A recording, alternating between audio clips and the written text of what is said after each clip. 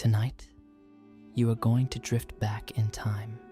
You're here to rest, to let your thoughts soften, and to let someone else's story run quietly in the background of your mind. So, settle in, find a comfortable position, let your shoulders loosen, and your jaw unclench. You don't need to hold anything up right now. The day is over. This is a sleep video, a piece of dark, quiet storytelling that lets you learn history while you sleep. What you're about to hear is not just a story of numbers and dates, but a slow, calm unfolding of lives that were once lived seconds from disaster, moments before their world changed forever. If your eyes grow heavy, that's all right. You don't have to stay awake to understand everything. This is history to fall asleep to. So, as you breathe in and breathe out, let the present fade a little, and let us step quietly into the dim, flickering streets of a city that did not yet know what was coming.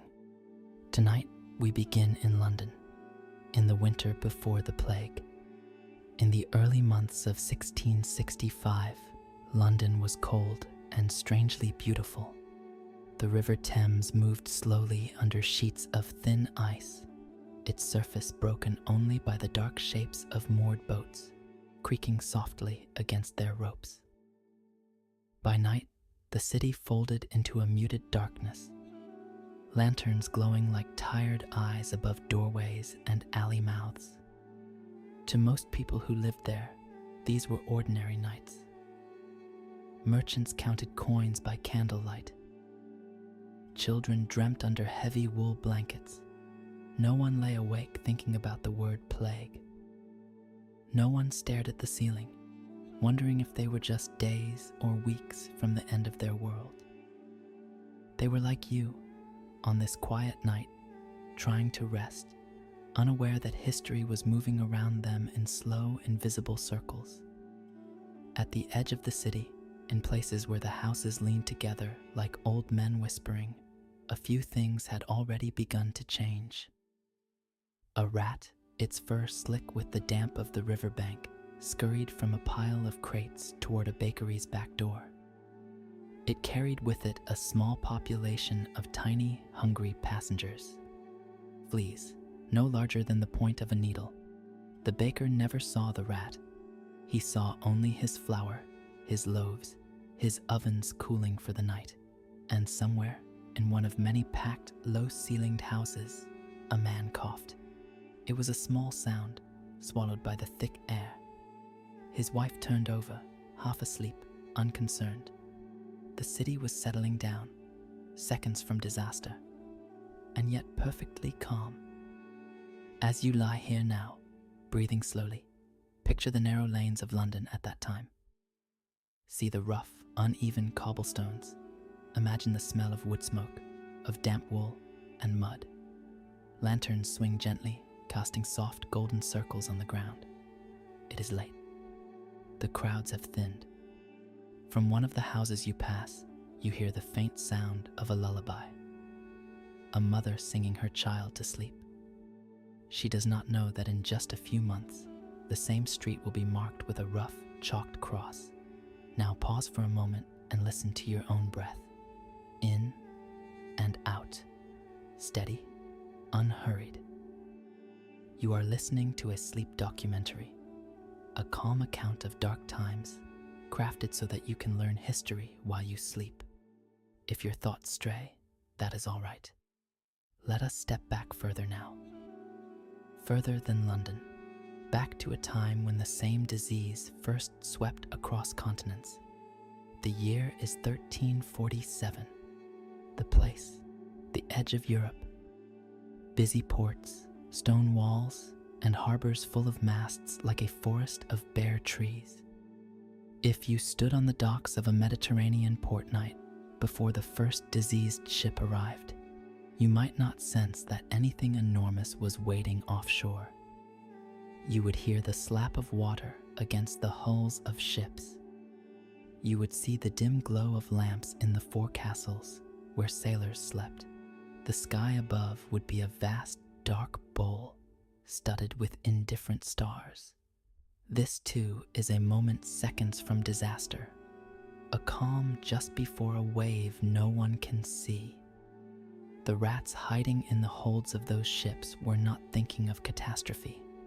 They groomed themselves and curled together for warmth beside sacks of grain. To the sailors, those rats were background noise, a nuisance, something scurrying in the dark that could be ignored.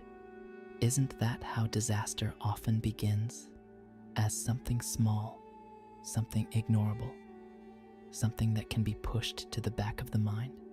As you listen, your own mind may try to push away thoughts too. Worries from your day, unfinished tasks. Let them move to the back of your mind like those rats in the holds. They can wait there. You do not need to solve anything tonight. This is history to fall asleep to. You are allowed to drift. The ships drifted toward the harbor of Messina in Sicily. It was October. The wind was mild. From the shore, the townspeople watched the 12 galleys approach. But the ships moved strangely.